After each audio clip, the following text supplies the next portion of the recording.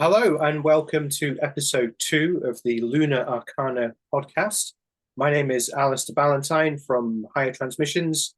I am based in England and I am a tarot reader amongst other things. And you are?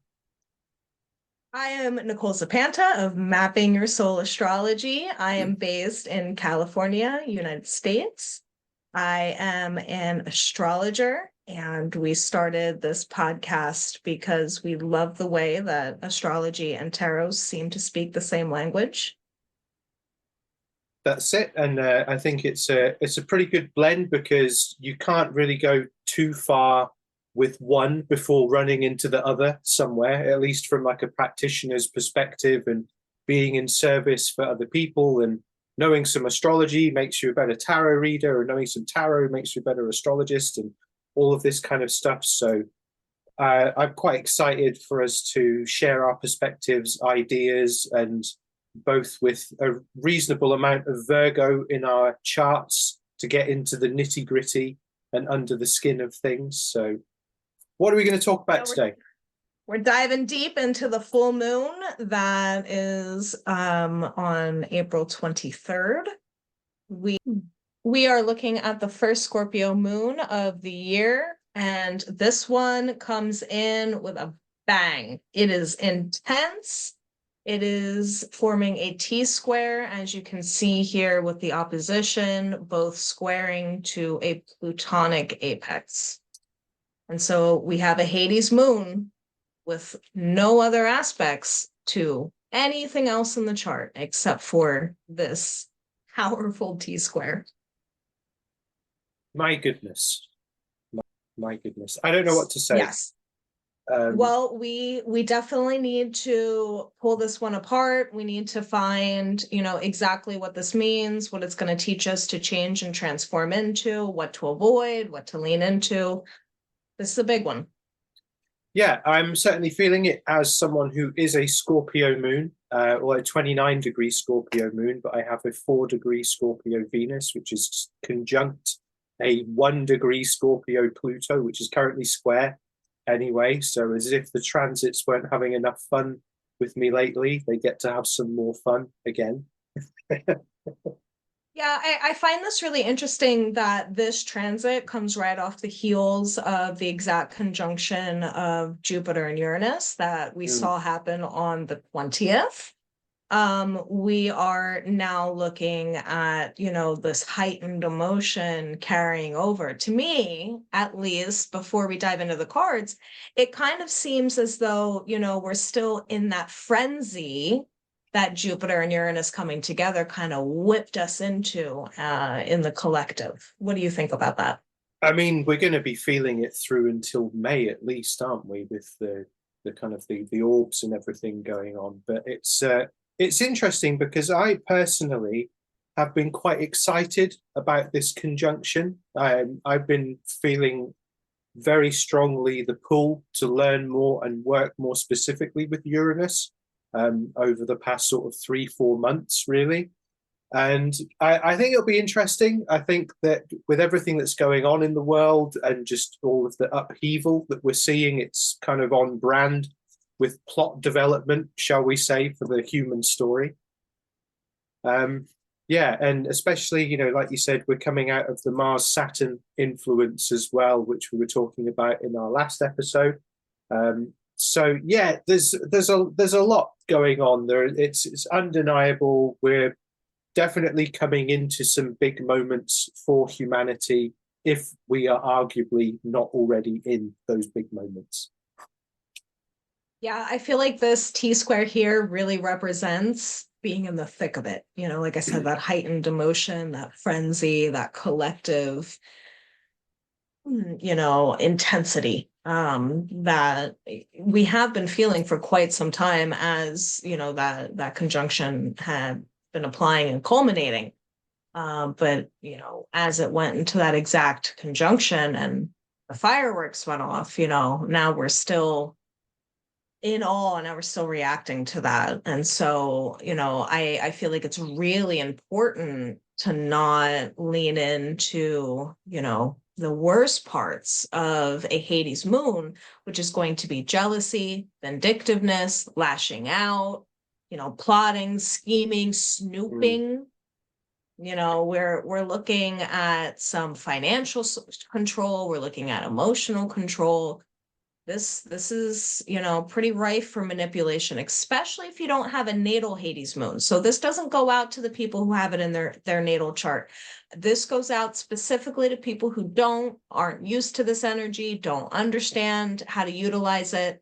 And so, we can really give into the worst parts of how these can come together. I have a question on behalf of our viewers at home. How would you define a Hades moon? A Hades moon is when we have the moon in a harsh aspect with Pluto. So we're looking at conjunction, square, opposition. This activates a Hades moon. There are some astrologers who will consider a Hades moon in any aspect, trine, sextile, whatever. But I personally don't see that darker side of it come up with that mother-child relationship unless we have it in a harsh aspect with it. No, that's it's an interesting concept because it's something that I see people talking about, particularly in the various social media forums. But then I never really seem to see a consensus as to, everyone seems to have a different idea. So I was just curious as to your position, really. That's astrology for you. There is no consensus. There is no rule. As much as we would love to pin it down into place, it varies astrologer to astrologer based on understanding of the mythology, the archetype, and the language of it as a whole. So it's hard to really pin down a consensus on anything. Well, no, I'm with you on that. And we were talking about this with the tarot cards a few days ago. Yeah. As well, and digging into the different associations, and I got a bit sort of kind of like, no, let's go on the journey and explore, and I think it's important to in anything, in any practice, to at least ask why, why is this, because we could end up analyzing it and then yes, actually that's bang on totally, or something else could come up that might be more appropriate. But also, particularly with tarot, I think it's interesting because certain things may be situational. Certain things may apply more in certain situations based on the spread, the questions, the relationships, and how that's reflected. Oh, interesting. See, the way that I look at the two differences, astrology is very technical, more scientific. Tarot just seems to be more abstract and artistic to me. It's you paint this, you interpret it. It's yours. And I think it's really cool that we can see kind of that left brain, right brain. I think, and yeah, it is really important. I think because I do find that sometimes people can get put off maybe by certain things, particularly with the Rider-Waite-Smith deck. People can be a bit funny about that one because it's like, oh, don't like it because the artwork's a bit harsh, or Tarot de Marseille, like, oh, it's not very colorful, and it's like, well, Tarot de Marseille, that's literally the colors they had at the time, and right. And it's right. It's just trying to open up that dialogue and that conversation for people to say that it is okay to approach this in your own way. What questions did you have for us in the spread today? So we're going for a shorter spread today because our last spread was, I think, 11 cards. So I've gone for 6. We've got, because I see full moons as the harvest cycle and the things that we've learned and built up since the previous new moon over 6 months. Our first card deals with what have we learned in that time? What fruits are we plucking from our labors? What are we harvesting? What are we celebrating? So that's card number 1. Card number 2 is, where are we being pushed to grow? Because for me, the Scorpio archetype is all about growth and really kind of going right through those uncomfortable parts of the psyche and of the self and looking in those corners that we might not like to look at. So that's the second one. Where are we being pushed to grow? The third one is the jewel in the heart of the process. So with this, for me, I think of Scorpio like a deep well, and we dive down, and in the well, there's, we think like the old style, the treasure chest at the bottom of the sea. We open that up and we root around. What is it that we're actually taking from it? What is the gift that we're taking forward in the midst of all of this transformation and craziness? Then the next one is any challenges that are going to come up for us in this time, because we're also looking ahead toward from this full moon to the Scorpio new moon later in the year, just through that relationship. So we've took that one cycle coming in and now the next cycle going out.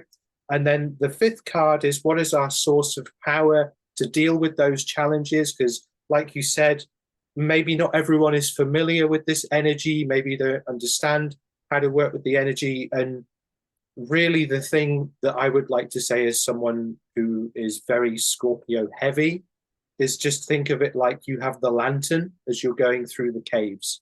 So what is the lantern for you to deal with the challenges, anything that's going to come up that might be uncomfortable?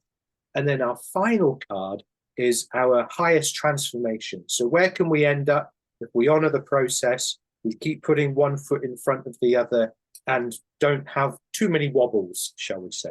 So that's the different questions. I think that's okay, isn't it? We can. Yeah, I think that's great. I think that's going to, give us something to look forward to through what is a stressful transit. We have a stressful 2024 until about fall is when it really starts to get sunny out again. It's not, we have gotten through the worst of it already, in my opinion. But the Mars Uranus conjunction at the 26th degree where fixed star Algol is, I think that's going to be the final major bump in our road. So when is that? That happens on July 23rd of 2024. So, middle of summer. That's why I said right around September, we start to come off the bumpiness of that. And then I guess we probably shouldn't mention like the Pluto's retrograding back into Capricorn around about election season, and then the Mars retrograde later in the year as well. America has been experiencing a hell of a Pluto return. And, we just got to repeat it. Yeah, it really reminds me of those old. Do you remember the VCRs from when we were kid, and you'd have to wind the tape back, and you'd see everything go rather than the DVD or Blu-ray, and it just scans. Skips, yeah, absolutely. I feel that there is a bit of that element going on there, really. But shall we get into it? Let's do it. Card number one. All right, card number one. Let us swap to the card camera. I'm just pinning my video here. All right. The tarot cam. The tarot cam. There we go. Okay, so our first card today is what are we bringing in? What have we learned? What are we harvesting? What are we celebrating the journey from the Scorpio new moon last year? We have the Two of Wands. So this is very interesting because Wands we're considering as fire energy. And I think that to me, this really does remind me of, the Aries, Mars, Scorpio connection in traditional rulership here, particularly the two, as we have discussed before, it relates to the cardinal energy, so that Aries energy. And, we'll have just come out of Aries season as well. So, excuse me, with this whole, the North Node in Aries, all of this stuff, the idea that we're kind of having to choose between what we want to do and what the collective wants us to do, or what people want us to do around us, all of this kind of stuff is very much the theme of the Two of Wands. And it's interesting because we're going through this time where we're having to ask a lot of questions about individualism, independence, interdependence, collectivism, all of these different possible models for the future, and how we're going to approach that, and how do we begin now? Because, with the various different influences around Pluto and Aquarius happening, and that kind of lead up to that as well, and that, another fixed sign, I do feel that we are really going to be having to analyze what is asked of us, what do we ask of ourselves, how are we putting that forward? Because with wands, it's all about that willpower, that passion, that energy, that expression of spirit going outwards into the world as well. And if we think of this in an Aries context as well, that kind of that the leadership, the kicking things off of the zodiac, or the other interpretation about the childlike curiosity and that kind of thing, if we're thinking of the zodiacal wheel in a sort of a maturation process, because this would be if it's the two, it's the first decan of Aries as well. So we're like right at the front end of things. And I think it was nice that if we consider that quite a spicy winter that we've had transit wise, what have we learned? And are we actually still putting ourselves in the right path? Are we doing the things that are right for us? Or are we still bowing to other people's expectations of us? And I mean that in a way, when I, for example, saying bowing, I'm really saying like things that are limiting, things that are not good for us, things that aren't healthy. We're being given an opportunity to really put those to the side and step into like an upgraded version of ourselves. And we can celebrate that. We can harvest those lessons. We can really sort of say, okay, now it is time to turn the page more than anything else, I think would be the fairest way to sum up this particular card. I find it fascinating that that's the first card that you pull, because like you said, it has this association with Aries. And if you remember back to our episode on the eclipse that we just had, the last lunar cycle that we evaluated, Venus was such a prominent card. And what should you do? What should you wield? How can you use this? And in this chart, Venus sits in conjunction to Chiron. And so Chiron was, the star of the show with the eclipse. This is what everything was so heavily focused on, these wounds, these positions where we can step up and really inspire other people and fulfill our mentorship roles and inspire people to achieve their highest selves. And now we see Venus coming into conjunction with Chiron. Last time she was with Neptune. There was that haze, that shroudedness. And I think a lot of people were really confused. What can I do with this energy? How can I best utilize it because of that Neptunian fog? Now we have some clarity. Now we have a push where if we didn't jump ship on these situations that didn't serve us with the eclipse, this Hades moon is coming in strong. I'm not sure how much longer you can hold on without breaking your fingers to these situations that don't serve you. And it's very interesting if we keep the chart up for a moment, if that's okay, because Venus is like one of those. So to me, it's one of those Oscar-winning supporting actors in the movie, because not only is the eclipse chart ruled by Libra on the ascendant, which is Venusian sign, we've also had the Jupiter-Uranus conjunction in Taurus, another Venusian sign as well.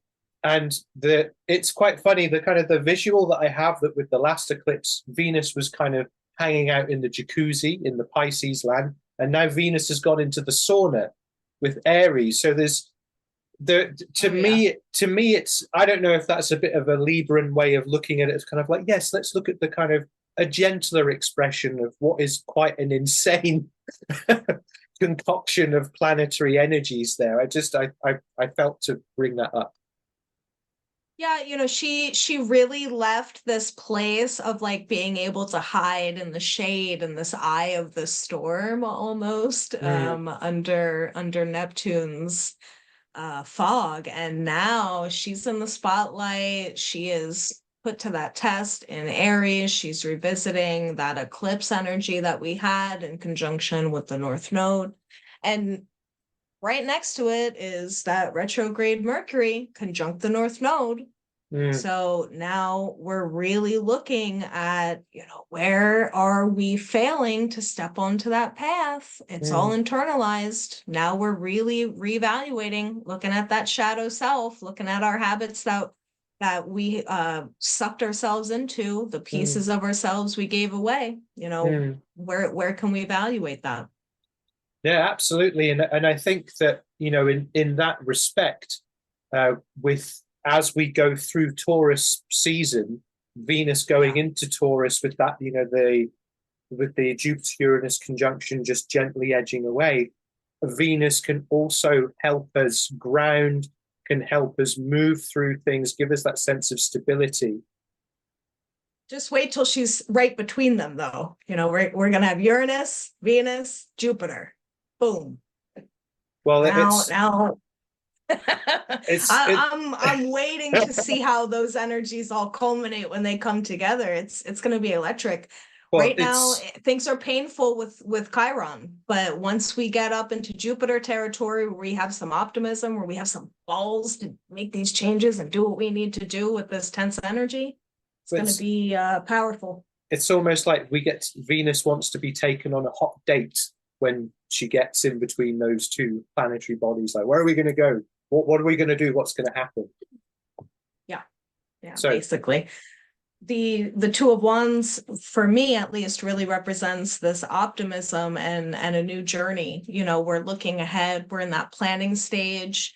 We are just about to leave the house. We're in that process of gathering all of our things. So, as we're looking at the last moon, how do you think that comes together with this one? It's interesting because that took us through the darkest part of the year in the Northern Hemisphere, which we both live in. So it's inescapable. But I really think that for the new day to dawn, we have to go through the night.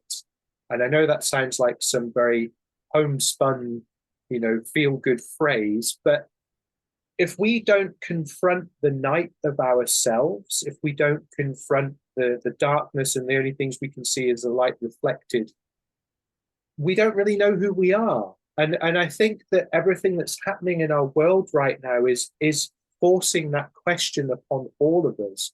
Who are we? What do we believe in? What do we stand for? And we're seeing so many of the old boundaries, borders, ideologies, factions. So much of it is dissolving. Some of it is kind of condensing down and becoming more vigorous on itself. And I think that the tie-in there is, where do we find ourselves amidst all of these conversations and stories playing out? Yeah, I think that's true. What is the second question again? Our second question is, where is this pushing us to grow? Okay. So what part of us are being triggered by this, or? Anything and everything. Where is it? Because we've all got different charts. We've all got different influences. We all live in different places. So where is the pressure being applied? Where is the carbon being pressed so hard that the diamonds form for us? Okay, great. Let's have a look. We've got the moon. Ooh, okay. So if we go by our kind of traditional tarot associations, the moon relates to Pisces. Pisces, yeah. We can think of that in terms of the trine with the water signs and whatnot, and kind of feeding into the previous energies. But if we think of the moon as an archetype, I am again drawn back to that vision of Scorpio as the deep, dark well. Because we see, in some of the decks, okay, I'm using the Light Seers Tarot, and in this one, we don't see the lobster coming up from the depth. We see the person falling down into the depth, gently releasing. And I think that for me, it's this idea that we cannot have any kind of spiritual ascension, if you will, that doesn't grow up from the depths, the very bottom of everything. And I think that a lot of what we're going to be seeing, we talked about this in private, I think a couple of days ago, about how when we're moving to Neptune and Saturn in Aries and Uranus in Gemini coming up next year, a lot of our ideologies are going to be shaken to the core. And I speak specifically into the spirituality world because that's the world that I move in and work in.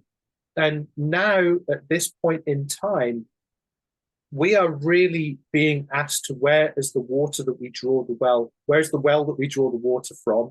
Where is it that we receive wisdom? What are the ideas that we're entertaining? How are we living?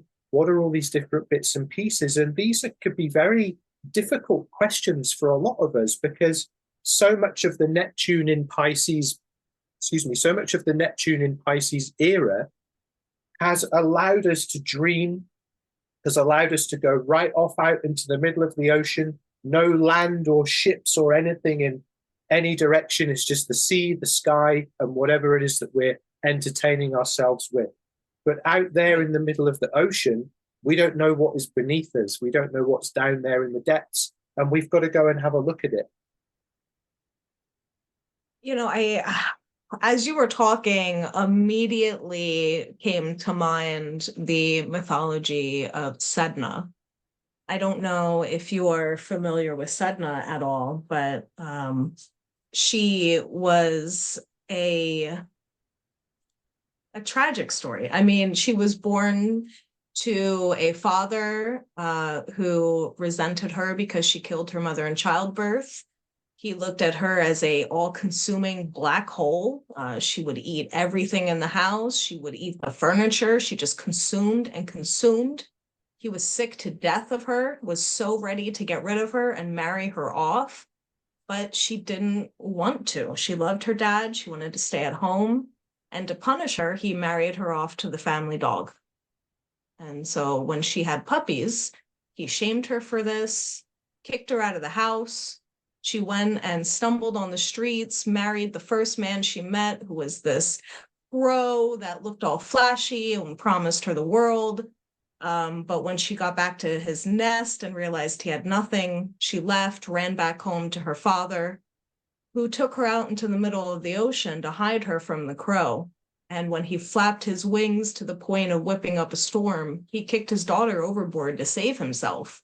She clung to the edge of this boat so hard that he had to chop her fingers off to get her to stop. And as she slowly sunk to the bottom of the water and the blood came up out of her fingers, whales and dolphins and all the sea life grew from it, and she became the goddess of the sea. It's a very powerful story, very painful beginning.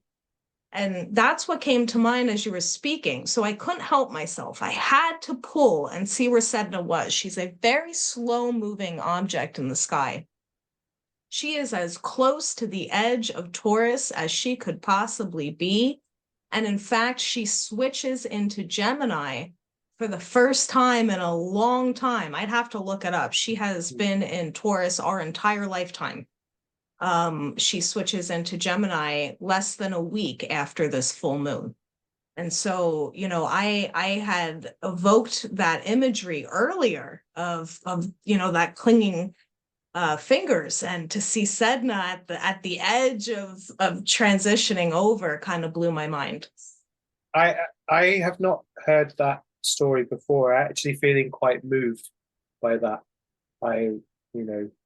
And the card looks just like it, that moment where she's drifting downward, you know, that it really captures that pivotal moment of release, of letting go, of trying to stop controlling everything, of trying to fight for this destiny that is so beneath you, that, you know, she went on to become the goddess of all sea life. All fishermen had to pray to her and give her offerings. And so she became a very important figure once she released control.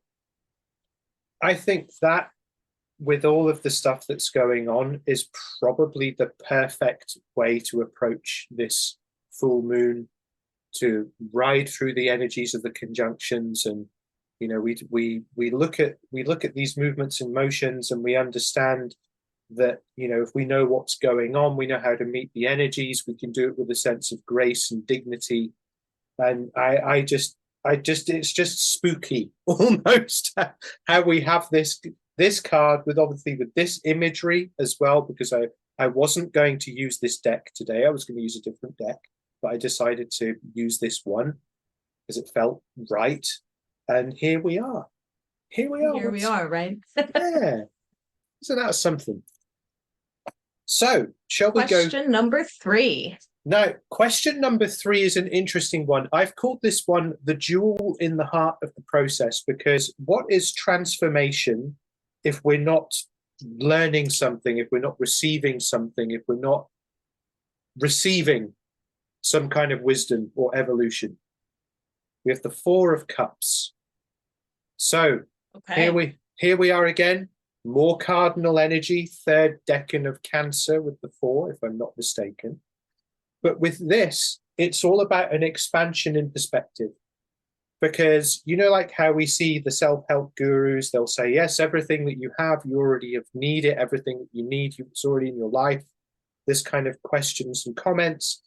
It's at this moment that we're actually being asked to just take a bit of a wider perspective and recognize, what is it that surrounds you? What is it that you're involved with? Who is around you? And can you take a moment to just see the magic that is contained there? Because if we look at that 4th cup compared to the 3 stacked up here, the empty cups, and the 4th that is being handed to the person there, they're touching the cup, but they're not looking at the cup. You know, if they, with all this beautiful color coming from it, if they were aware of this cup properly, then they would be grabbing it with both hands, but they're in contact with it there at the very least. So we have that trine influence once again. And like with our last discussion on the previous eclipse being ruled by Cancer, it's almost like we've got a fingerprint of that there. And with it being the 3rd decan, we're kind of getting ready to move on into the next energy and wrapping up and whatnot. So with this, it's almost like having to put ourselves in front, recognize who we are and where we want to go and why. And then, like you're saying, with the story of Setna, with releasing, and then what grows from this experience is this great, beautiful tragedy comes great beauty and power and transformation. Well, that's very clearly exemplified by this 4th cup right here, which again, I find fascinating and freaky, because these are all shuffled. I don't look at them until we discuss them. So here we are once again. Yeah, I find it really interesting with the 4 of Cups association with, you know, just being very apathetic, not really caring, as she is displayed with the emptiness of the 3 in front of her, not really aware of that 4th, as you had explained. But I think that it's crucial to get to the point where you just don't care anymore in order to leave these situations that aren't serving us, especially when we have clung to them so hard and made them the center of our lives.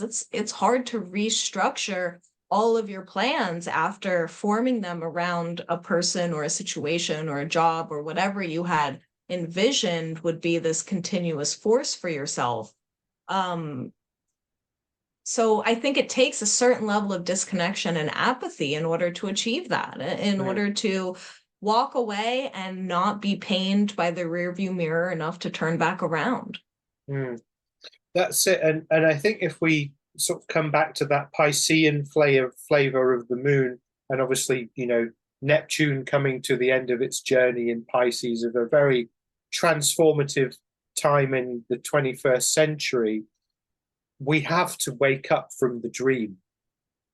We have to allow ourselves to come out of the slumber, to come back and, you know, I'm just thinking specifically of like dream journaling and dream practices, dream interpretations, all of this kind of thing. We can only receive the wisdom from that once we've actually got up and gotten out of bed. Yes, absolutely. Very well said. Question number 4. Question number 4. Okay, so number 4, we're going to be dealing with challenges that may cross our path, because with everything, there is always going to be a form of unexpected challenge. This is the 9 of Cups. This is interesting. So, and of course, we're in the mutable flavor of water here, 2nd decan of Pisces, if I'm not mistaken. And it's, I find this fascinating because of all of the interpretations of the 9 of Cups. The one that I'm drawn to is recognizing that we need to give to ourselves that which we give to others. And when we keep giving from that empty cup, we suffer. And the challenge, as I see it here, is actually going to be recognizing this. And that will then be represented for us all differently. And when we also look at the Nine of Cups, and the Nine of Cups also points to the wish to being closely fulfilled in another interpretation. So if we can recognize what's going on here and leaning into that and working with that with grace and giving ourselves that permission, we recognize that we're actually close to this much deeper level of transformation. But if we choose to hang on, like you're saying, with Setna on the side of the boat and the fingers, we're going to end up being drained dry. There'll be nothing left to give. And I just, it's freaking me out a bit. This is freaking me out a little bit, how this is all hanging together in such a way that with Scorpio wanting us to transform so fundamentally on so many levels, the nature of that archetype, we cannot do anything else other than release, trust, and go. Here is what I think is really interesting with that Piscean association. We have malefics, Mars and Saturn in Pisces, and then we have that illusion and delusion of Neptune there. And you said that this question is based on what's the hurdle that we might stumble over, what's going to catch us up, right? And with the association of Nine of Cups, it's being happy, it's being satisfied, it's being content in your place. So I feel like this is going to manifest in complacency, in fear, through Saturn's association, fear, restriction, feeling like I'm not going to get better than this situation I'm not happy with. I'm going to go out there and regret it. We're looking at Neptune's tendency for self-delusion, for lying to ourselves. Oh, it's not that bad. I don't actually need, I'm just being dramatic. And so I feel like lying to ourselves and convincing ourselves that it's fine, we're happier than we actually are. I think that's really the stumbling block. We need to really be honest with ourselves about what does contentment look like, and is this it? Because I according to the transits, it's a collective shift. Yeah, absolutely. And if we consider how people are responding to the world's asking us to evolve with it, if the planet's conscious, Mother Gaia inviting us on the journey, we're like, hey, come on, kids, we're going to go here now. I see it all over social media. It reminds me of the band playing on as the Titanic goes down. Absolutely. Yeah. And I feel that for all of us, what is our band playing on the sinking ship? And if you hear that music, you get the hell out of there, whatever that is, however that represents to you. Yeah, absolutely. I agree with that, because, you can keep playing and it might sound real beautiful. You might be happy with it, but does it have longevity to it? No. This 2025 is coming around the corner. Not to freak anyone out at all. Just, I think that it's just, we're going to need to evolve. It's the main thing. So our next card, shall we go? Yeah, let's do it. So card number 5 is, what is our source of power to meet those challenges? So as we go through all of these different things and we're being asked to transform, and we're having to Will it be the pen or the sword? I'm dying to know. I don't know. Shall I just kind of let's see what's going on here? We have got the Ace of Pentacles. Oh, wow. What a card. Okay, cool. That's very interesting, isn't it? So our way of dealing with the challenge is planting seeds, and also, something that I love about aces is aces represent something entirely new. There is this ace currently does not exist. So at time of recording, at the time of watching, unless obviously you're watching this much further down the line, this isn't in our lives right now. And if we think of all of this water, we can create fertile ground for something to grow. Well, I love that. Once the flood recedes, we're left with such fertile ground there. Yeah. And when we're looking at these brutal, brutal endings, it is so nice to know that there's going to be a new beginning. And that ace is just such a hopeful, it's like a rainbow. I'm very excited to see that, honestly. Well, that's it. It's like the story of the ark, isn't it? And he releases the bird, and the bird sees the land, and all of this kind of stuff. And it's fascinating to me because it's what are we working towards? Where are we choosing to put our energy? What is all of this transformation for? What is it leading to? These questions, and it's that and goddess moment. Absolutely. Yeah, I'm actually finding, I'm not going to lie, I'm actually finding this quite emotional this evening. Just, I don't know if that's my Scorpio moon self coming in. Alistair, you and I wanted to do this for a reason, because we knew this was going to be powerful. We knew this was going to be something that everyone needed to hear, ourselves included, right? And so as these languages come together and speak such a clear message, it's beautiful. It's beautiful to see. It's inspiring. Even someone that does this professionally every day and sees these connections form all the time, it's so validating still to see them come together in such powerful ways like this today. Yeah, I couldn't have said it better myself, because I think it's important for us to have those moments of wonder, because we both love tarot and astrology, and we wouldn't devote our lives to these things if they didn't bring us such joy. And it doesn't matter how long you've done something, how many readings you've done, how many transits you've tracked. When you just have that moment and you see it all coming together, it's still like seeing it for the first time. Absolutely. Are we on to the final question now? We are on to the final question now, card number 7, which is, what is our highest transformation? So what I see this as is, all of this stuff isn't going to happen overnight. So let's think ahead to Scorpio season later in the year. The new moon comes along. We've gone through these processes and lessons, and we've worked on this. We've got all the other things going on. Where is it that we're going to end up, and in potential, shall we say, if we are working with all of this stuff, because this is not a given unless you actually get down to it. We've got the Fool. New journey. Yes.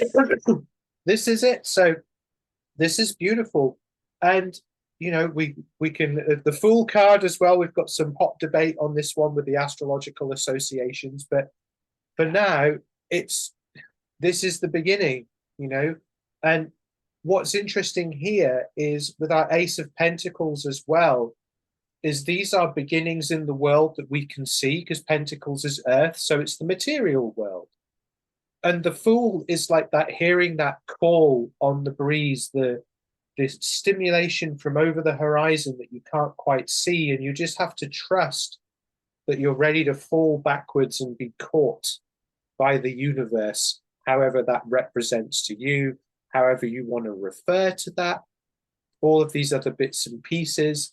But this Scorpio cycle is giving us a great gift in that we get to begin again, but on a new track, a new cycle. There is something very, very powerful here for us if we choose to go through the process.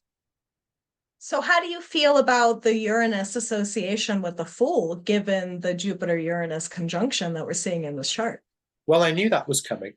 You had to. I know. And we've been talking about it as well. And I've been really I've been on social media being like, what do you guys think about this kind of thing? I don't see why not in this instance. I really don't see why not. Because, talking about situational interpretations, it makes sense, because to me, as someone who's half Middle Eastern, and I have that East connection to the Eastern traditions just running through me, to me, the Fool always represented the void, and the void being the source of all life and creation and mystery, which is not something that we discuss awfully a lot in Western spirituality, because the idea of nothingness can be quite troubling for people. But for me, like the idea that maybe like Uranus is actually our friend, maybe Uranus is actually here to help us, because some people will say the Fool is connected to Mercury, which we know Mercury and Uranus, they have that relationship and the two different octaves of each other. And the idea of the Promethean association, getting the secrets of the gods. It's like the idea that this Scorpio cycle is unlocking some sacred cosmic secret for us. I can vibe with that. And it's interesting that you bring up, that void, given that Uranus started life with Gaia from the void. Gaia and Uranus from the void created all of this. So, that Fool journey, that optimism, that hope with Jupiter there, I think it's going to be helpful to get through the heaviness of the Scorpio moon. So let's talk about the astrology side of this a little bit. We talked about the T-square that it's forming. A T-square is a major aspect pattern that's associated with a lot of change through tension. We don't get the luxury of things being easy and breezy. We get that moment of tension where we're like, I got to do something. I got to move. That moment right before you write that perfect song, or that moment right before you build that project that you need to tackle, or right before you clean that room you've been putting off. Without that sense of tension, we don't get off our ass. We don't get up and make that change that needs to be done. And so a T-square, while it is a tense major aspect pattern to feel, it's an aspect pattern of activation. It's an aspect pattern of motivation. It's get up and go. We have to pay attention to it. We don't have the ability to ignore it. It's very tense, especially when we're including planets like the sun and the moon, which are so deeply personal to our sense of self, externally and internally. So could you just describe what a T-square is visually here? Square is a major aspect pattern that has a base formed by an opposition. So the full moon forms the base of this triangle. Mm-hmm. And then the apex planet is where we see that focus go into, which is going to be Pluto. So this red triangle here. So the full moon is concentrating its energy into Pluto. And what I find to be very powerful here is that the sun and the moon only talk to each other and to Pluto. And that's it. They don't there's no buffer here. There's no, third wheel that's going to come and break things up and make things less awkward or less intense. They only have each other.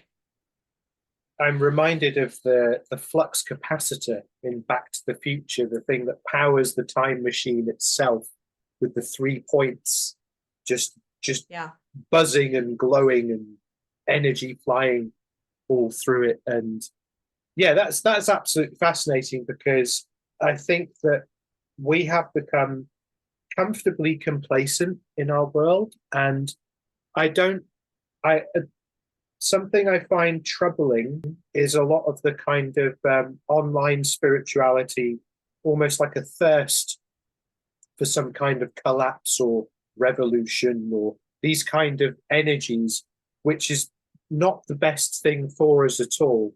If we can have if we can have a shift in society, a transition where we gently, collectively and together walk through the steps to change the world, to learn the lessons.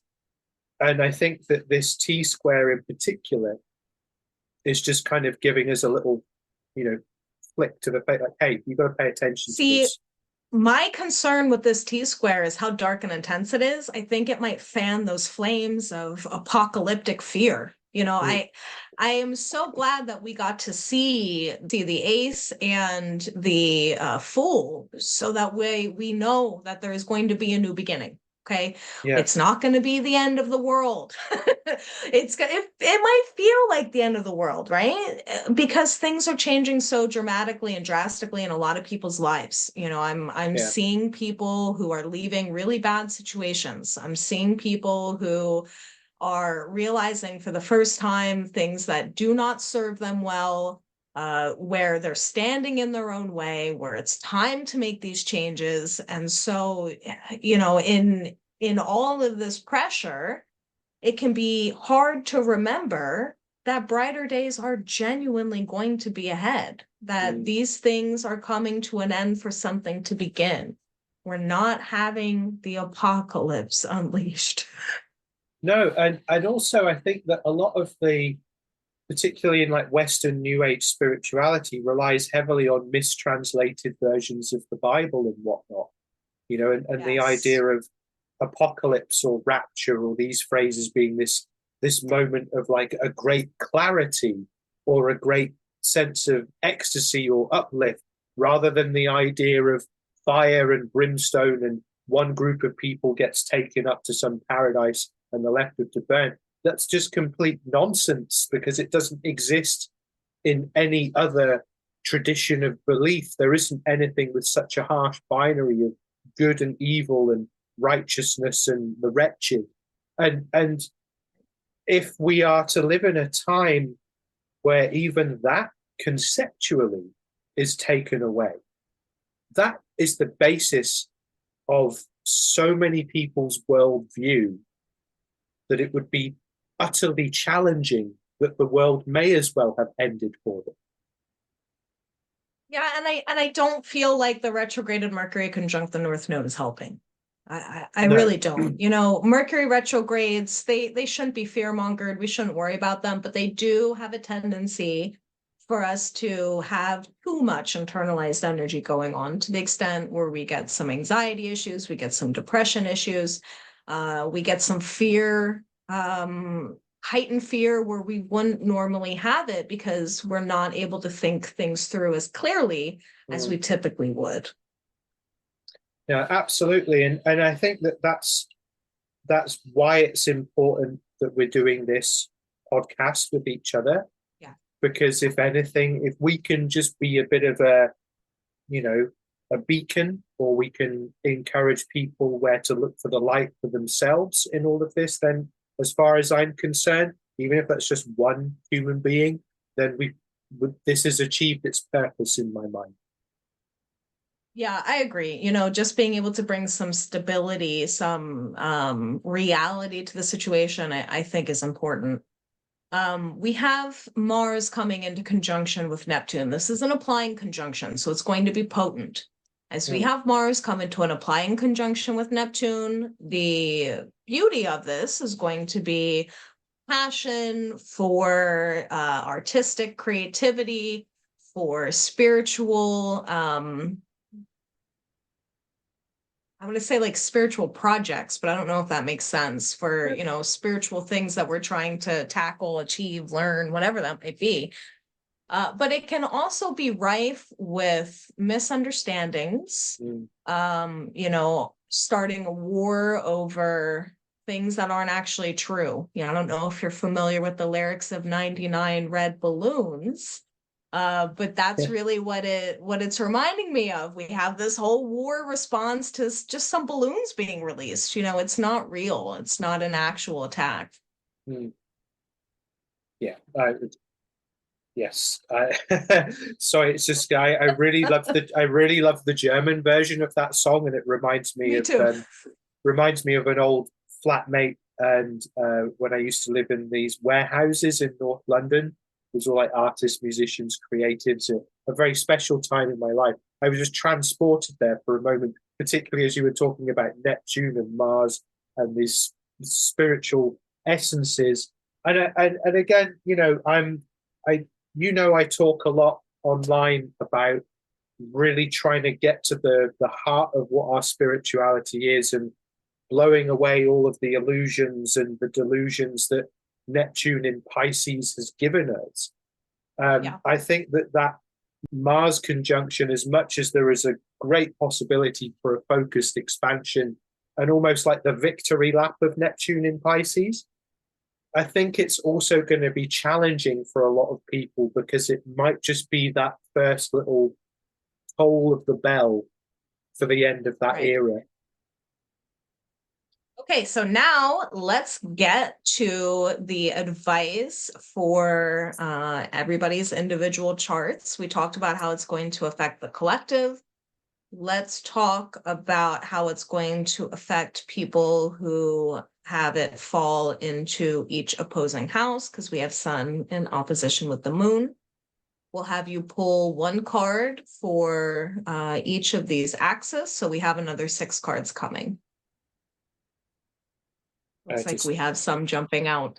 Yeah, this is what we'll affectionately refer to as a dyspraxia moment. As you know, I have dyspraxia, and sometimes I goon the shuffle, as I call it. Right, so this is first house, 7th house, is it? We're going to start in 1st and 7. So we are going to see this full moon build up an intensity in our houses of our personal self, our well-being, how we see ourselves, how we view our lives, and also how we partner with other people, whether this is on a romantic level, an intimate friendship level, or a legal sphere. We're also going to see that fall into the 7th house, business partnerships. We could see things, you know, kind of come to head in all of these fronts when we see it in houses 1 and 7.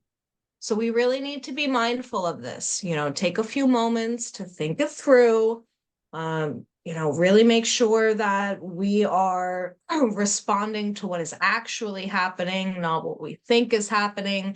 As I had mentioned, with that Plutonic influence, we can be prone to a little bit of paranoia, a little bit of a need to want to control things beyond our control. We can project a little bit.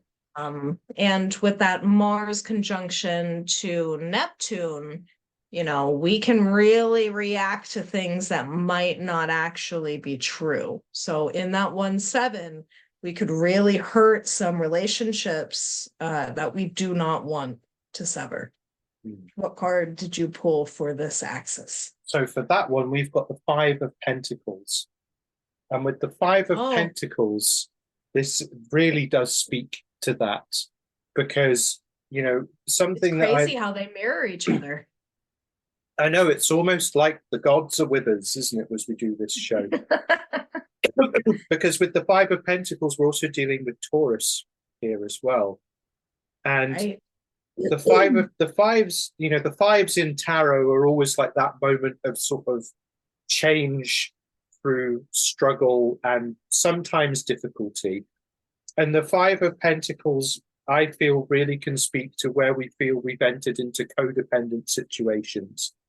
And, you know, like you're saying here, it could be that it feels that way, but it's actually not that way. And I think we really, for those folks who've got this on that first 7th axis, might just be wise to just take a beat when it comes to dealing with others under this full moon. Because yes, very much so, you could be dealing with uncomfortable decision makings about your relationships, but it could also be the sense that you could actually just be looking at the shadow pole of the relationship itself. So you've really got to be careful, take some time, don't rush into anything. If you want to bring a partnership or something to a close, or you want to deal with a difficult matter in that partnership, just think it through first before you really go for it. Or conversely, it might just be that this energy gives you that final break that you really need if it's been building up for some time. I always seem to pull this card whenever I need to get out of the mindset of, you know, a lack of abundance. whenever I need to shift the way that I'm looking at something and get out of that scarcity, mindset. So if we are not partnered, because the seventh house deals so heavily with partnerships, if we are not partnered, this could be hitting really hard in that longing for companionship, especially if we have planets that are being activated by this, and Scorpio and Taurus. Who wants that deep and intimate connection? Who wants to be so deeply intimately partnered with another? But then again, if we are partnered, we might run into, like you had mentioned, issues with financial dependence, financial control, financial manipulation. We might find during this time period that our partner has been lying to us about where money is being spent. We might find, issues that we didn't know existed in our finances if we share the books together. Yeah, that is a real powerful one. And, how do you navigate that? Very tricky situation. Yeah, I think that the best thing that we can do when we see the Five of Pentacles is to take a beat, take a moment to shift, because we can't stay in this scarcity mindset. It's not going to bring us the change that we need. It's going to keep us in anxiety. It's going to keep us in fear. And so I think we should use this as, a yield sign. Just, we know that a curb's ahead. We know we need to slow down a little bit. We know that we need to take heed, but we don't need to just lay down and let the grass grow tall and cover us to the extent that we don't even see our way out of the weeds. We need to take a shift. And if we think about the association with Taurus, while Taurus can be associated with that, the earthly delights and pleasures, let's not also forget that Taurus is the bull, and the bull is strong, and the bull can pull forward that cart, the cart of life, with its challenges and its various different questions that we need to be asked of us, and sometimes we just got to dig in. We see transformation here, but we also see resilience. We have that duality from this axis for sure. Absolutely. So houses 2 and 8. This is going to be associated with Taurus and Scorpio. So we're looking at themes of our morals and values, our wealth, our finances. We're looking at transformation. We're looking at shared resources.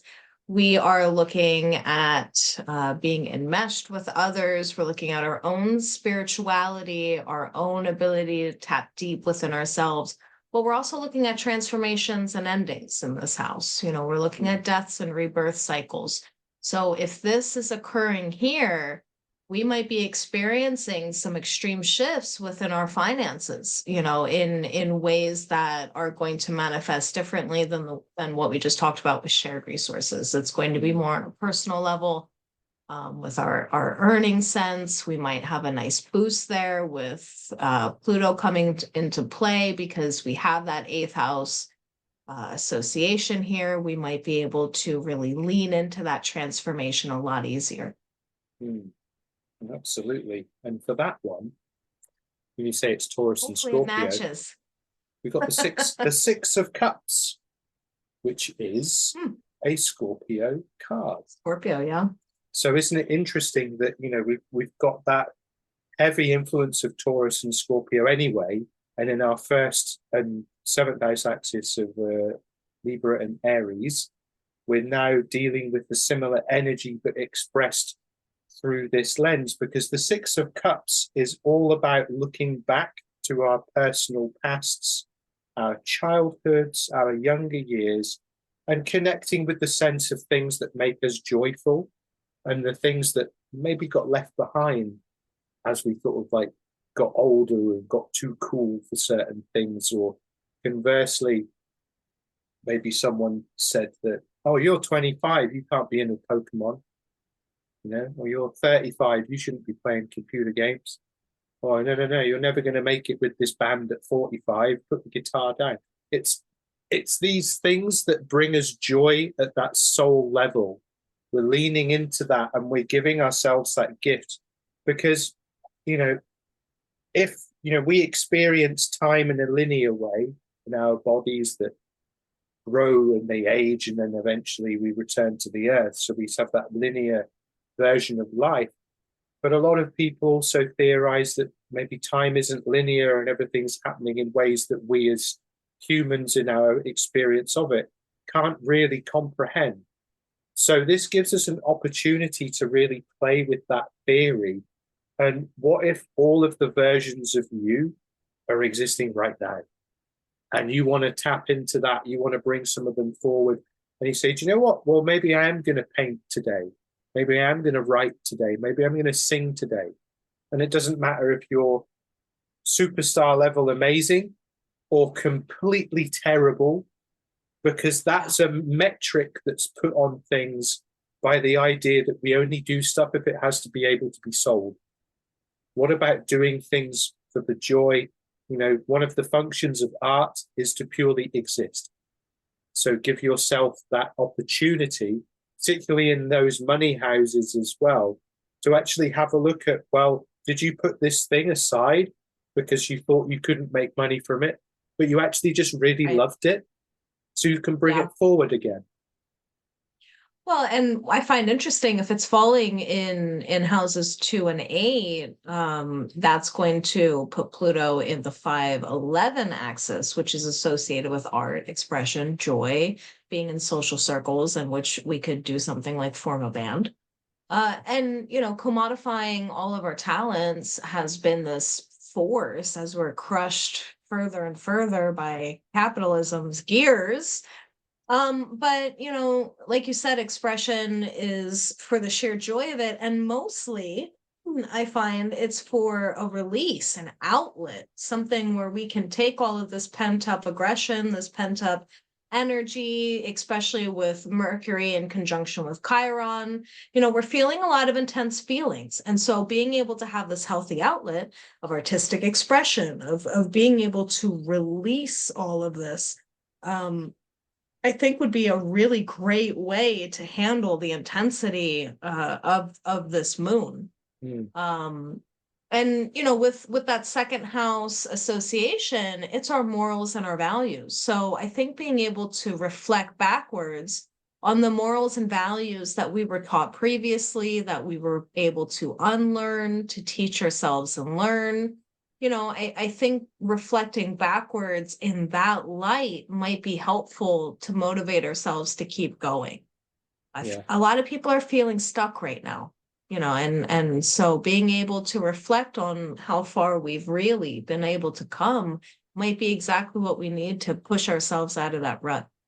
Well, that's it. And if you're feeling stuck, if you feel like you've got the concrete around you, what is that green shoot, the plant that's going to grow out of the crack in the concrete, which over time will take the concrete apart just through the strength of the force of nature?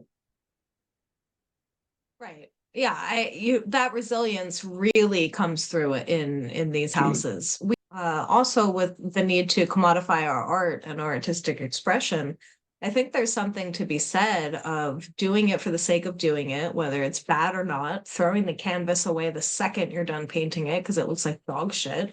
But it felt really good to be able to get it out of your body and onto canvas. And by doing so, you're able to attract more abundance. You're able to open yourself up to more experiences to be able to make that shift in your finances. Absolutely. You know, and I think something that we don't recognize and discuss enough in the wider conversations at large is, if life is like breathing, why is it that we are stuck in this cycle of constant production and consumption? Because it would be like breathing like this. There's no pause, you know, and for the human body to do that would be very damaging. So why can't we allow ourselves gaps in between the production and the consumption for reflection, the middle spaces? Because it's in those spaces that we start to come into our own insights. We have our own reflections. We can actually form our own opinions, and we can also express the things that we have been coming into contact with.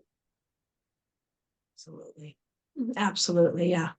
So the next one that we'd be looking at then would be 3 and 9. You know, it's funny how all these houses keep tying together, because in that third house, we're looking at that early childhood experience, early childhood education, the things that we learned in our youth. We're looking at our physical surroundings, our neighborhood. We're looking at our siblings. In that 9th house of travel, exploration, foreign notions, higher education. With that full moon culminating there, we might be looking at a big shakeup in the way that we express ourselves to other people through our communication. We might be feeling a lot of mental stress as we connect some dots and how we've been communicating with ourselves internally. We might be pressured to go out of our comfort zone and explore some more things, learn some new things, experience some new things through that 9th house activation. You know, this house is not necessary, this axis is not necessarily a malefic pressure to be put onto the mind. However, there's a lot of internalized energy going on where we can feel something start to bubble for us to be able to talk about it, for us to be able to release it. So, you know, that internalized pressure as we have Mercury conjunct Chiron might be a lot. It's a real big one.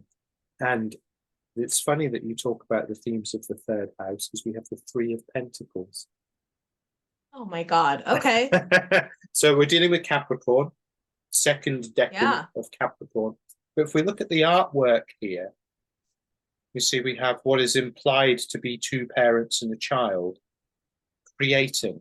And for me, the 3 of Pentacles, it reminds me of those phrases of like, well, this is how we've always done this.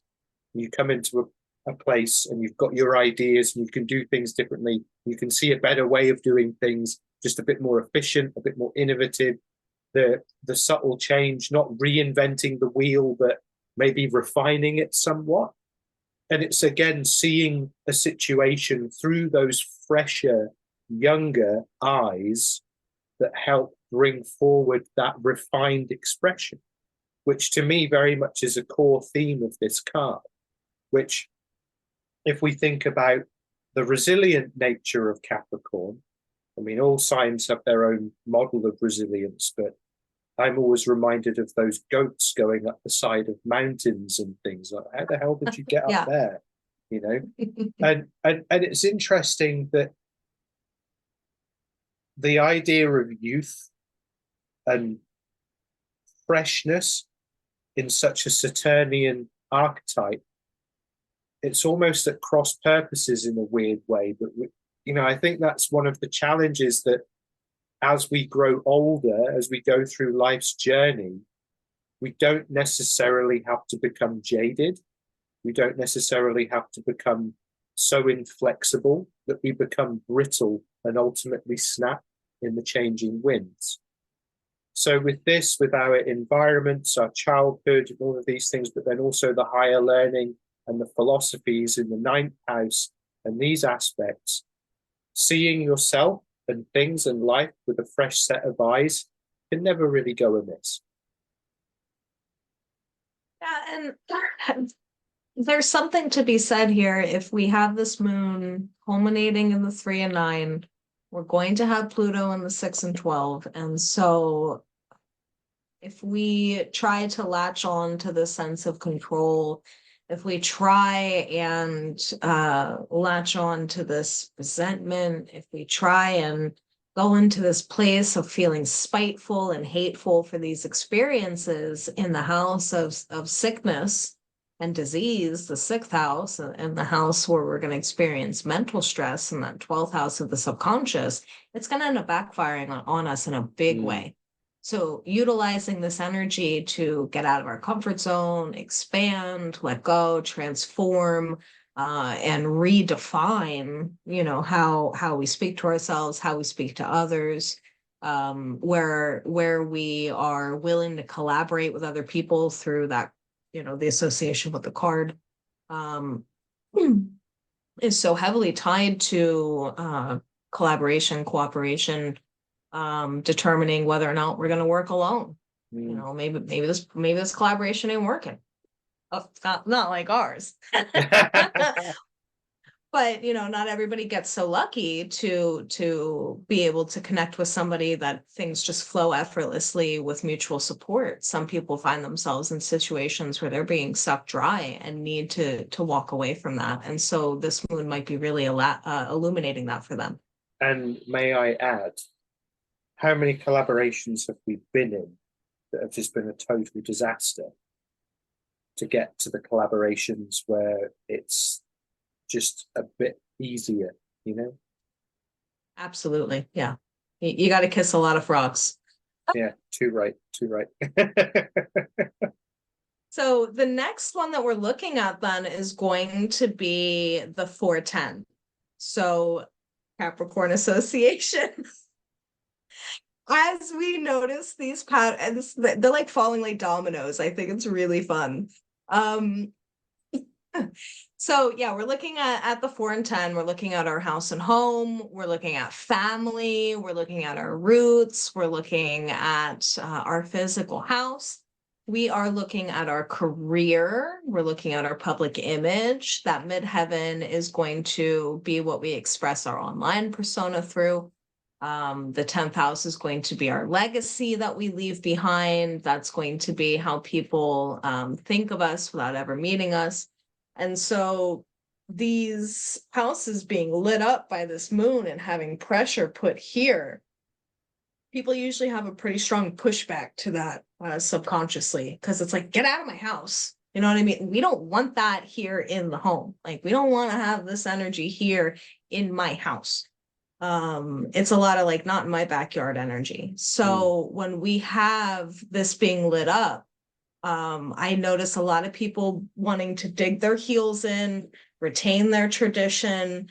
And when we have such a hugely transformative push from this Plutonic T-square, digging the heels in to maintain transition, especially as we see the Sedna shift out, as we had mentioned in the first hour. We're looking at some potential for some stressful energy here in the home and in the career. I'm dying to know what card you pulled.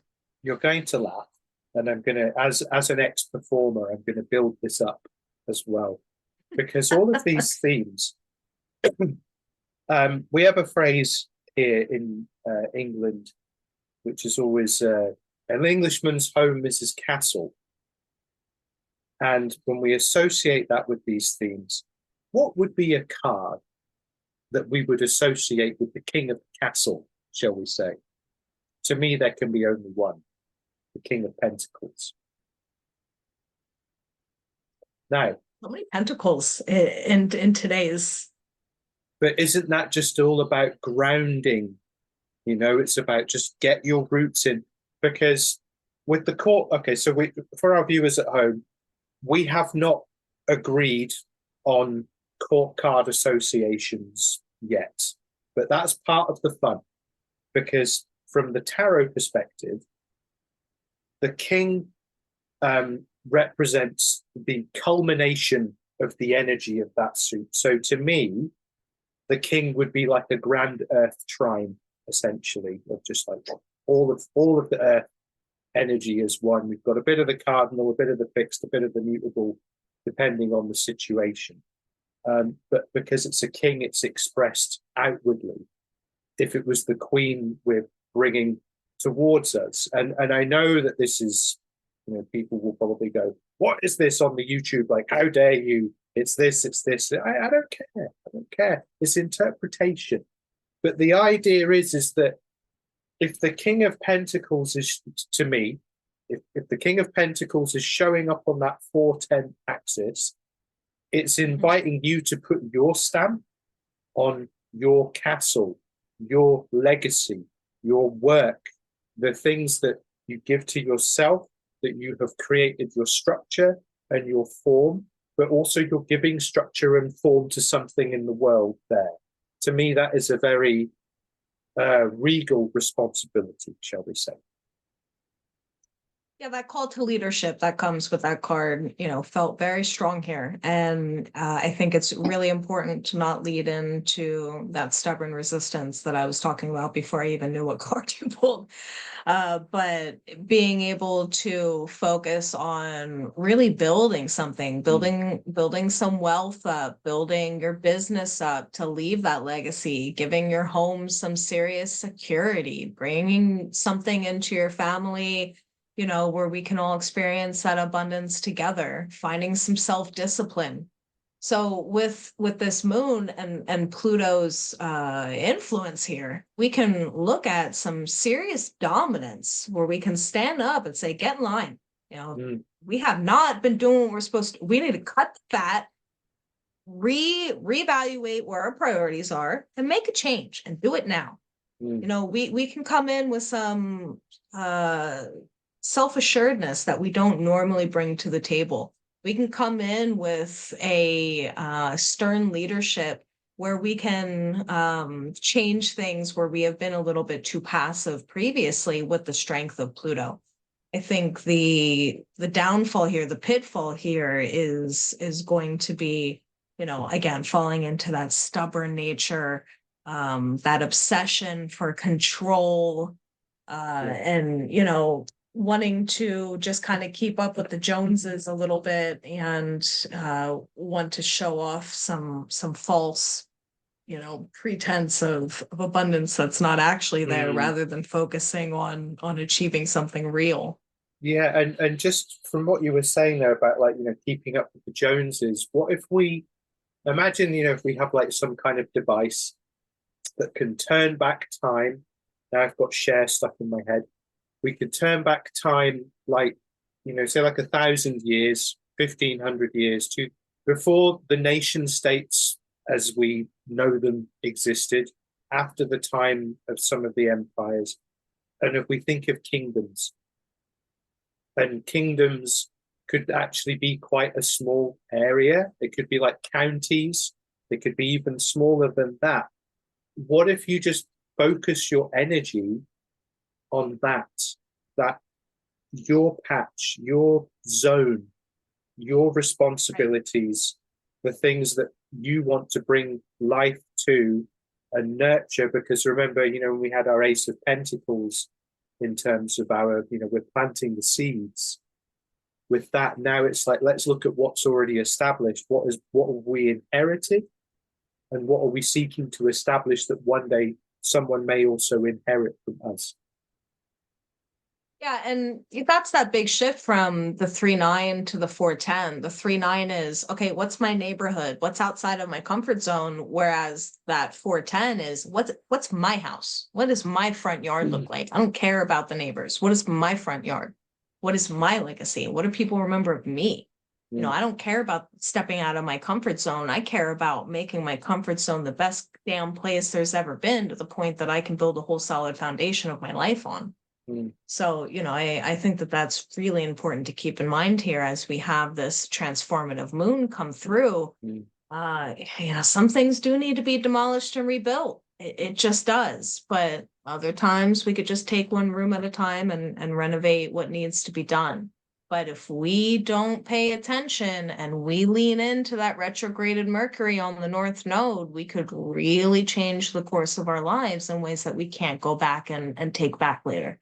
Yeah, that's it. And I'm also reminded of, how castles once upon a time were hill forts, then they were made of wood, then they were made of stone, and things evolved to suit the innovations of the time.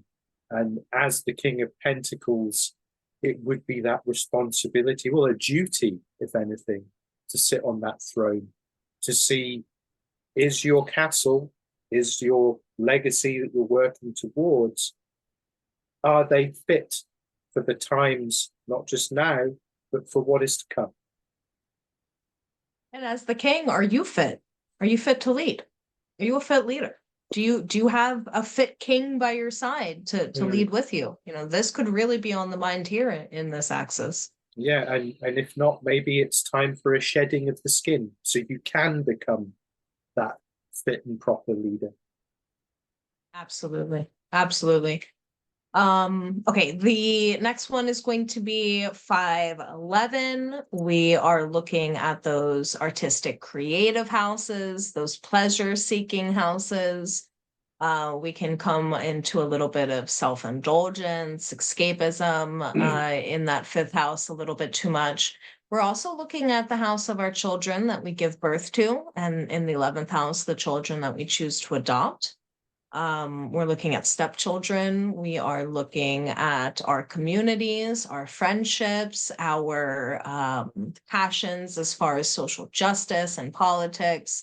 All of this is being lit up by this full moon. All of this might be really ignited in a way that screams for outward expression from whoever has the 511 lit up by this.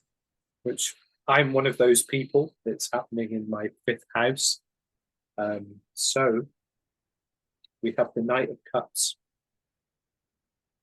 which, you know, water energy here. To me, like, you know, the knights are all action cards. They all invite us to go out and do something. And with the Knight of Cups in this deck, we can see the man with the flowers and the love letter and the very fine horse. Kind of looks a bit like a fuck boy, depending on what type of thing, what side of the fence you're on. But to me, it's about creating beauty, dignity, chivalry, being the white knight in a purer sense, not in the kind of very problematic sense when we see someone white knighting to charge in and look virtuous in a situation that really has got nothing to do with them. It's more about how can you create a dignified expression within this axis of these houses, you know, because it's quite important that, you know, knights just aren't about going out into battle. They aren't about just about conquest and combat. Think about the Disney films where you would see the knight at the ball, you know, the cartoon kind of thing, and it's, you know, the dashing knight and this kind of things. And to me, the Knight of Cups is that expression, because then it's essentially you're kind of falling in love with life, with the themes of these two houses, and showing the love. And because it's cups, we're dealing with water energy. We want things to flow, because with Scorpio, I mean, I think that like there is a risk that when we deal with fixed sign energy, that, you know, the kind of the shadow side of that can point to stagnation in some senses. So how is it that, you know, maybe instead of like the deep mysterious well, we're now looking at like maybe a rock pool that's, you know, by the beach somewhere with life in it, and you're watching the little crabs and things scuttle about and going about their business. And it's very clear, a very pure situation, and looking at a way that maybe we can just get a bit of movement going through there, creating beauty out of all of this, because it can be a very sludgy experience if we do not. What advice does this card hold for the people who it's falling into 5 and 11? Well, I mean, we did give a bit of that beforehand, but if we were to sum it up, I would say look at how you can create beauty in the situation. Because, as you know, you can't create beauty without dreaming. You can't dream without a bit of whimsy as well. And with all of this wild, heavy stuff going on in Scorpio and Taurus anyway, with the square of Pluto and the T-square thing going on, all of that, that is a situation that some people might find the concept of beauty and creativity difficult with. And being expressed in these houses, you've just got to dig deep. Don't be shy. Yeah, I think, really being able to do that outward expression is important here as we have the full moon lighting this up, because the second we try and internalize and stuff, now we're looking at that escapism route, that overindulgence. We're looking at, substance use. We're looking at pleasure seeking to our own detriment in order to avoid feeling the hard feelings. So we can't do that with this full moon. It's going to backfire and cause some serious issues if we try and indulge there. The final card. Oh, sorry. Go ahead. Do you have something else to add?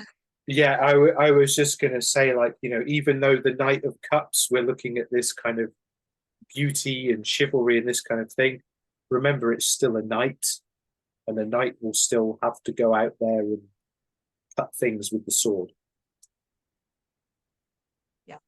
That I think that's something good to keep in mind as we go forward here.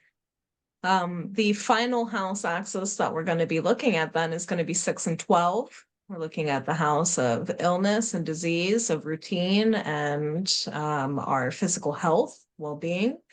We're also looking at where we grind away. We're not looking at a career here. We're looking at a hustle. And then that 12th house of the subconscious, of that dreamy illusion, of our literal sleeping dreams, institutionalism, mental health. As we have the moon lighting this up, especially if the moon's falling into your 12th, the moon's very comfortable here. It's not something that I think is going to be nearly as stressful as it might be in some of these other ones. But as we put Pluto into houses 3 and 9, that's lighting up our communication. We're bringing things from deep underneath up to the surface. Some things that may have been left unsaid for a while, things that are, causing us some health issues, throwing our routines off. We might find ourselves setting some new routines as we're connecting some dots on these things coming to the surface and culminating a little bit there for us. And, we might really, as long as we're not falling victim to the mental stress that it can cause here, we're not falling victim to personalizing the energy going on and saying, all of this feels intense because that's just me, that's just my life, rather than taking a separation and going, no, it's this T-square full moon. We can really get overwhelmed here when we have it in that 6-12, and the second we personalize it, that's when we start to notice things start to go wrong for us, some tummy troubles, some anxiety issues. So we have to really make sure that we aren't being consumed by the intensity felt here. This is our only major arcana card of the 6. Wow. What card do you think would be perfect for this situation? Dear friend, the High Priestess. Oh, okay. All right. Because if we think about that, we've got that lunar association there. Because she wears the lunar crown. To me, that's very much okay. All right. That to me, the High Priestess is the moon, at least in one of its expressions, of course. But with this idea of the High Priestess being the gateway, the third pillar between the light and the dark, and just the subconscious mind itself, you were saying is perfect for the High Priestess, because if you're dealing with this lunation in these locations on this axis, the High Priestess is your best friend, or at least an archetype to embody, because then you are in this world, but not in this world. You're in the mysterious world of energy and spirit, but you're not in that world. You're literally, you've got one foot in each camp. And instead of trying to straddle it, you're sat there comfortably, because that's your place.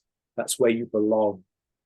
And a lot of this, to me, in terms of like maybe advice and pointers of how to deal with this, self-observation, self-examination, allowing yourself to treat this as a forced meditation on the self and what is your place in all of this. Because with the Hierophant, we're looking at institutionalization of belief and practice.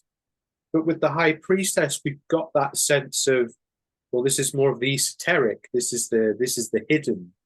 This is the repressed knowledge that was kept out of the mainstream.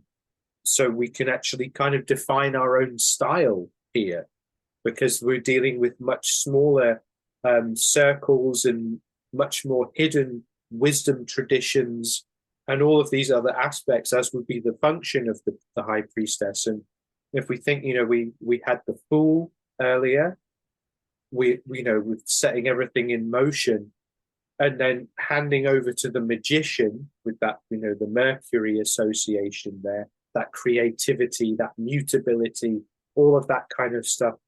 The High Priestess, in a weird way, to me, has that fixed energy, because she's literally like, she has to hold that space. She has to hold the balance between the seen and the unseen, the light and the dark, the yin and the yang, and all of these other things together. She can't move, but it moves through her. And for dealing with that 6th and 12th house axis, to me, that feels very perfect, because not only can we deal with certain themes of health, but also service. And then not only the unseen and the transcendental, but also like the past lives and these other associations as well. And to me, I'm always fascinated, particularly by those two houses, because it just feels like there's so many. I know it's like that in every house, that there's so many layers to peel away. But something I would like to speak to is in kind of like pop astrology, like people freaking out about the 12th house, or like being, oh yeah, I'm a 12th houser, that's why I'm this crazy, kooky weirdo of the secret knowledge. And it's like, it's not just that, there's so many layers there. And with the High Priestess, it's asking you to observe it all, the full spectrum of everything, and be comfortable in that. Find that eye of the storm and inhabit it, but move with it, because the eye is always moving as well. Yeah, when we're looking at these houses being lit up, I think just being able to have this card, be a reassurance of trust your intuition. If it don't feel right, it ain't right. Mm. You can't be talking yourself into and out of situations just to not rock the boat, just to not speak up at all. And I can't help but get the sense when we're looking at this card of the 12th house is associated with what we're ashamed of, what we hold secret, what we don't want anyone to know, what we'll never tell anyone. And so if we're looking at some reversed interpretations of this card, we're looking at, our withdrawal from our intuition. Yeah. We're looking at silence and not hearing these messages at all. And so with Pluto activating this, it's not a good time to continue these habits that, we don't want other people to know about, because Pluto's going to throw this into a transformation, and having a light shown into the 12th house. It's like when you shine a light into a cave and you get like hissing vampires, it's it's ugly. You don't always want to have that lit up. This is it. And I think it's curious as well, because particularly with the 12th house, so many people are denying their spiritual nature of the human being in our times. So many, and because they've been conditioned to think that it looks a certain way, it feels a certain, just again, and the Neptune in Pisces era I know we've spoken about it a couple of times today, but that really hasn't helped at all for folks who kind of find it a bit polarizing. So a lot of this is going to come out through the unconscious expression, and they could have a bad time if they don't take a moment to just be like the high priestess and observe, wear the lunar crown, wear the responsibility of your intuition, recognize that everyone is the keeper of a sacred secret tradition within themselves, if only they just listen to the whispers. Absolutely. Yeah, absolutely. And that's all we get in the 12th house is whispers. We don't get this loud, clear voice that comes screaming through. You know, we really have to listen. Yes. Yeah, absolutely. So it's, and I think that's, you know, for anyone that's interested in like actually developing like their intuition, developing what could be deemed psychic senses in any context, it's the whispers, it's the small things, it's the seemingly innocuous, mundane stuff, which is the seeds. We're back to our Ace of Pentacles from earlier. It's those seeds. That's the power there, you know. It's a muscle. You got to flex it. You're not going to start off in the gym lifting 500 pounds, you know, in repetition. You're going to start small. So you're starting small. You're going to the grocery store and you hear that little voice that's like, buy black pepper, and you can either dismiss it and go, I need black pepper. I'm not making a recipe that calls for that at all. Shut up. Leave it away. And then you go home and you find yourself, oh, God damn it, I need black pepper. Now I need to go back to the store. You can flex that muscle. You can go, I need black pepper, but whatever, and buy it, get home, validate it, and now it's stronger. Now you can have something bigger come along. It really does start in those small little mundane things. You know, I know that was such a stupid example, but you know what I'm talking about. No, but that's exactly it. That is exactly it, because people think that they've become so used to like spiritual influencer types making like these, that's so Raven, where you're like, oh, well, these grand claims. And all of these, you know, everything is really bold, loud, and audacious. But what they don't realize is it's a performance. It's an act, right? You know, and when you work with visions, I've seen some mad things in visions, but to me, it's all about treading the mystic's path. Where if you see a fireball, what does fire represent? Not literally a fire is going to happen. It's what does it mean metaphorically? And like you're saying about the black pepper, listen to the whispers. Just indulge them and see where they breadcrumb you to over time. Right, absolutely. It's those little breadcrumbs. You're not going to have this dramatic, like where the trees literally shift and this like brilliant thing opens. No, you one step at a time. But yeah, with this moon though, it feels like a very loud wake up call. You know, it really does. It feels like, man, if this eclipse didn't come through and motivate you to make that change you needed to, this moon's going to come and give you that hard shove in the right direction. You know, I feel like we're looking at a very strong moon in terms of being able to manifest if we can harness the right way, if we can keep our mindset, you know, set on our goals rather than our scarcity and what we're letting go of. If we can keep ourselves optimistic and looking towards what's ahead of us. I feel like this is a really powerful moon to do some emotional purging through art, through expression, through dance and movement. But it's also a powerful moon to, unfortunately, get wrapped up into some obsessive thinking. So we have to make sure to not fall into those loops at all. Yeah, I think that's my final piece of advice. I couldn't agree more. I think that's a very good place to cap it off. Well, I want to thank all of you for joining us for our second episode of the Lunar Arcana. I hope that you join us for our next new moon reading in about 2 weeks. It will be a pleasure. And as always, we're very grateful for anyone and everyone that has taken the time to watch this and, you know, listen to what we have to share and take that on board and action it in your own life in your own way, because that's what all this is about. It's not about keeping astrology, tarot, energy work, intuition, spiritual practice. It's not about keeping them separate. It's about embodying them in your everyday life. And because that is when truly the world starts to take on a more texture, more nuance, a deeper dimension, and the layers. Very well said. That was beautiful. Thank you. Thank you. Bye-bye. See you later.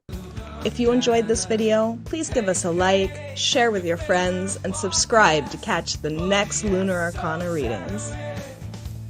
Thank you for joining us for this discussion. Please visit us at alistairballantyne.com/readings and mappingyoursoul.com.